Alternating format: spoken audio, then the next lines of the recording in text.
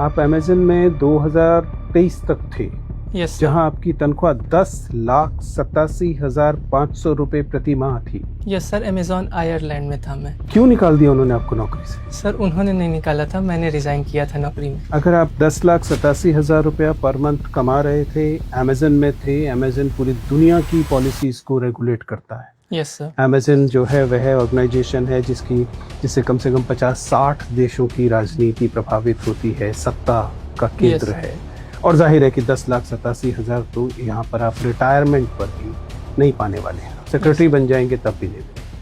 फिर ऐसा कौन सा लालच है? क्योंकि जब कोई व्यक्ति ऐसी जगह से आ रहा होता है तो दो संदेह पैदा होते हैं। Yes sir. पहला कि आप कॉर्पोरेट इंस्टॉल्स हैं, आप दरअसल उनकी तरफ से यहाँ नियुक्त किए जा रहे हैं। दूसरा, आपकी जो मंशाएं हैं वे संदिग्ध हैं। मेरे इन दोनों आशंकाओं को निर्मूल सिद्ध कीजिए। सर मेरा जो व्यक्तिगत कारण था नहीं, पहला तो ये बताइए कि आप अमेज़न इंस्टॉल नहीं है ब्यूरोक्रेसी के लिए, ये कैसे सिद्ध करें? सर मेरा कोई कनेक्शन अमेज़ॉन से जब मैंने रिज़ाइन किया उसके बाद से नहीं रहा है, और सारे रिकॉर्ड्स ऑफिशियल हैं उनकी साइट पर, और उन्होंने प्रॉपरली जाहिर है कि एक आईटी कंपनी जब किसी को निकालेगी तो ये सारी ट्रेल्स तो बनाएगी। Yes sir. इससे तो कुछ सिद्ध नहीं होता। सर कोई व्यक्ति 11 लाख रुपया प्रति माह कमा रहा हो, यस उसके सर। बाद वो 75,000 रुपए की नौकरी के लिए आए तो उसके विषय में संदेह पैदा होगा। यस सर, सबसे पहले तो मेरे डिजिटल ट्रेल्स जो होंगे, फुटप्रिंट्स होंगे, उनमें ये बात जाहिर हो जाएगी कि मेरा इस तरह का कोई इरादा नहीं है, ना ही अमेज़ॉन की तरफ से मुझे इस तरह के किसी मोटिव के साथ यहाँ नियुक्त किया जा रहा है।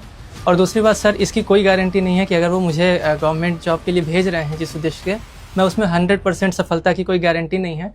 तो इस तरह से मुझे नहीं लगता कि अमेज़ॉन जैसी कंपनी किसी एक पर्टिकुलर कैंडिडेट पे दांव खेलेगी, अगर उसे खेलना ही होगा तो। ठीक है।